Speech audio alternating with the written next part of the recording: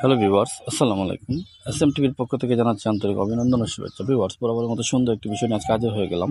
এবার বিষয়টি হচ্ছে ভিউয়ার্স, আমরা যারা অ্যান্ড্রয়েড সেট ইউজ করি তারা পাওয়ার বাটনের কাজ আমরা একটাই জানি যে বাতি নিভানো এবং চালানো, অর্থাৎ ফোনটা চালু করতে এবং ফোনটা অফ করতে বা ডিসপ্লেটা চালু করতে অফ করতে আমরা এই পাওয়ার বাটনটা ইউজ করি। কিন্তু ভিউয়ার্স, এই পাওয়ার বাটনে আরও গুরুত্বপূর্ণ কয়েকটি কাজ আছে। তার মধ্যে আজকে একটি বিশেষ কাজ দেখিয়ে দেবো।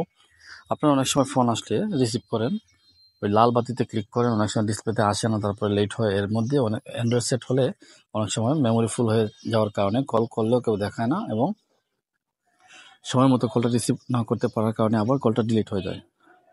এখন দেখিয়ে দেবো কীভাবে পাওয়ার বাটন দিয়ে আপনি আপনার কলটা রিসিভ করতে পারেন। হ্যাঁ বিবাস, প্রথমে আমরা সেটিংসে চলে যাচ্ছি।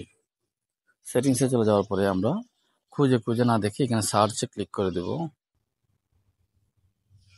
সার্চে গিয়ে লিখবো পাওয়ার বাটন। পাওয়ার পাওয়ার বাটন লিখতেই চলে আসলো, আমরা এখানে ক্লিক করে দিলাম। যে দেখতে পাচ্ছেন প্রথমটাতেই দিলাম পাওয়ার বাটন এন্ডস কল, মানে পাওয়ার বাটন ক্লিক করলে কলটা এন্ড হয়ে যাবে। দেওয়ার পরে ভিউয়ার্স নিচের দিকে আসবো আমরা। এই যে দেখতে পাচ্ছেন এখানে লেখা আছে পাওয়ার বাটন এন্ডস কল। এখানে আমরা যদি চালু করে দিই তাহলে কি হবে, কল আসলে আপনি এইখানে পাওয়ার বাটনে ক্লিক করে দিলে সাইডে দিয়ে আপনার কলটা রিসিভ হয়ে যাবে, আবার কলটা ডিলিট বা কেটেও যাবে এখানে ক্লিক করলে।